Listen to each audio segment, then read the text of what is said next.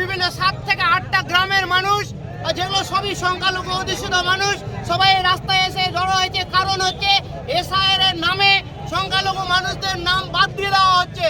ভারতবর্ষের মানুষ এই নির্বাচন কমিশনার এক পক্ষ দালালি করছে, বিজেপির দালালি করছে পশ্চিমবঙ্গে।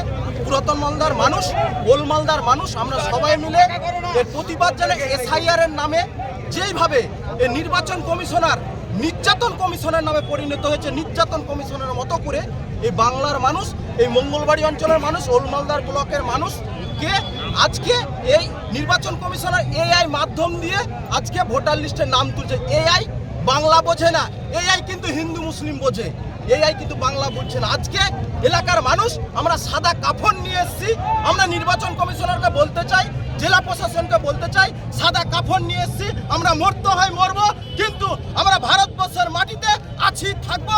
এলাকার মানুষের যেসব ভোটারগুলোর নাম বাদ গিয়েছে, অবশ্যই তাদের নাম আমরা তুলে উদ্ধার করার এই দাবি জানাই।